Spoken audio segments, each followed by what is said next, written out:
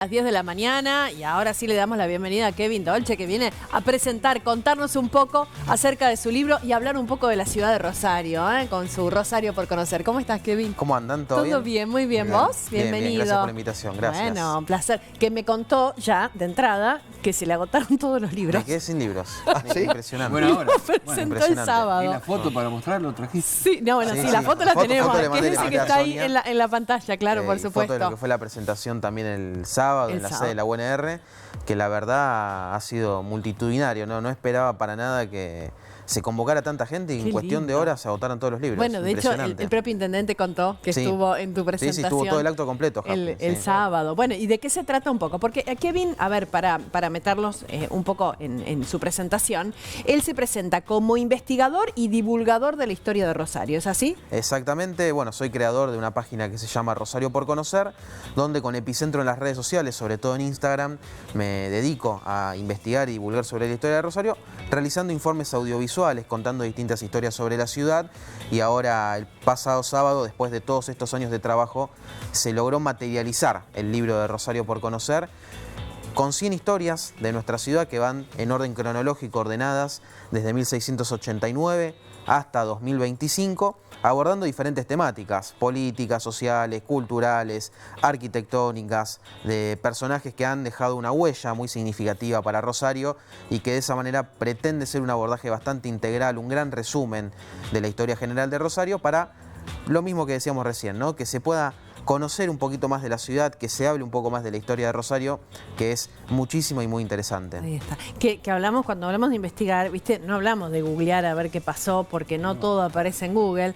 ¿Cómo haces esta investigación? ¿De dónde sacas los datos que conseguís? Mirá, durante todos estos años, mi segunda casa prácticamente fue la hemeroteca de la Biblioteca Argentina.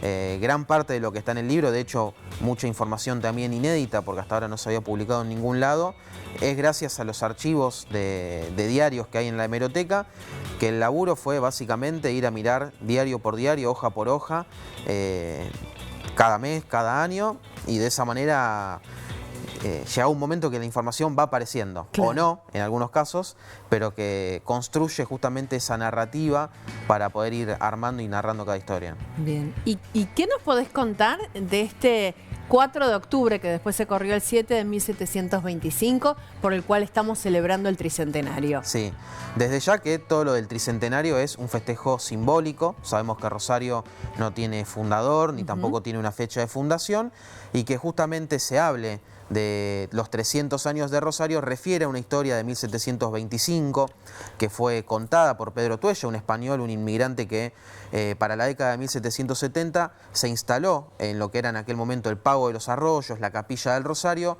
Le gustó tanto este lugar que decidió quedarse a vivir, y tiempo después se comenzó a preguntar por los orígenes de estas tierras. De allí que, en base a información oral, escribe lo que vendría a ser el primer historiador, el primer cronista de Rosario, y publica eso que escribe en el Telégrafo Mercantil, que era una revista de Buenos Aires, en 1801. Allí cuenta que en 1725 habría llegado un hombre llamado Francisco de Godoy, proveniente de Santa Fe, junto a su familia y un grupo de calchaquíes, y que a partir de ahí se habría de alguna manera impulsado un poco más el crecimiento de estas tierras, pero nunca lo menciona como fundador ni fecha de fundación. Y a su vez fue muy refutado con el tiempo por otros autores, porque esto lo escribió en base a información oral, dado que no existía ningún tipo de documentación. Y sobre esta historia es la que se apoyaron para, en 1925, hace 100 años, celebrar un bicentenario, ¿no? También en un contexto de un gran crecimiento de la ciudad de Rosario, sobre todo a raíz de lo ferroportuario, la industria, y que de alguna manera en el mundo, al hablarse tanto de nuestra ciudad, se mencionara el lugar de los 200 años, servía ciertamente como una vidriera, ¿no?, de Rosario hacia el mundo. Y en parte, en base a eso, es lo que hoy en día también se toma para celebrar un tricentenario, pero sí otro de los registros que sabemos de nuestra historia, un cierto punto de partida, es del 27 de diciembre de 1689, fecha en la que el Cabildo de Santa Fe le otorga a Luis Romero de Pineda todas las tierras, que gran parte de eso hoy es Rosario, y que se instala en la zona que hoy es nuestro barrio Saladillo, es decir, poco más de 3 décadas previa a 1725, algún movimiento, por más poco, incipiente que fuese, en esa pequeña aldea que era esto conocido como Pago de los Arroyos, ya venía existiendo.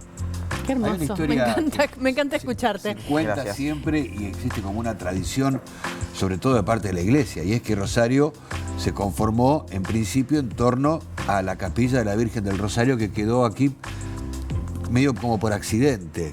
Bueno, ¿qué hay de verdad de esa historia? ¿Existe realmente o es un mito el hecho de que simplemente la ciudad se empezó a conformar en torno a esa capilla? No, efectivamente. Cuando Luis Romero de Pineda, quien mencionábamos recién, se instala en estas tierras, lo hace en la zona que hoy es el barrio Saladillo. Y allí instala un oratorio donde pone la Virgen de la Concepción, que era de la cual era devoto. Tiempo después de su fallecimiento y demás, para principios de 1700, la gente se empieza a instalar en las inmediaciones de lo que hoy es la Plaza 25 de Mayo. Y ese oratorio, que sería hoy en Saladillo, imagínense en el medio un gran descampado, le quedaba muy lejos. Se traslada. Y Claro. le solicitan al nieto de Luis Romero de Pineda, que fue Domingo Gómez Recio, si no podía hacer un oratorio en esa cercanía, dado que Domingo Gómez Recio era el heredero de partes de todas esas tierras y quien las administraba. Y es allí que, en la zona actual de donde está nuestra catedral, no se sabe la fecha, pero en la década de 1720, Domingo Gómez Recio levanta allí una pequeña capilla muy modesta, ¿no? Paredes de barro, techo de paja, para que nos imaginemos, no lo que hoy es nuestra gran catedral. Y en torno a esa capilla, efectivamente, es que se sigue instalando y aumentando ese poblado. De hecho, tiempo después pasamos a ser conocidos como la capilla o la capilla del Rosario, cuando ya llegó esta Virgen, dado que era el principal punto de referencia en toda la región. Bien.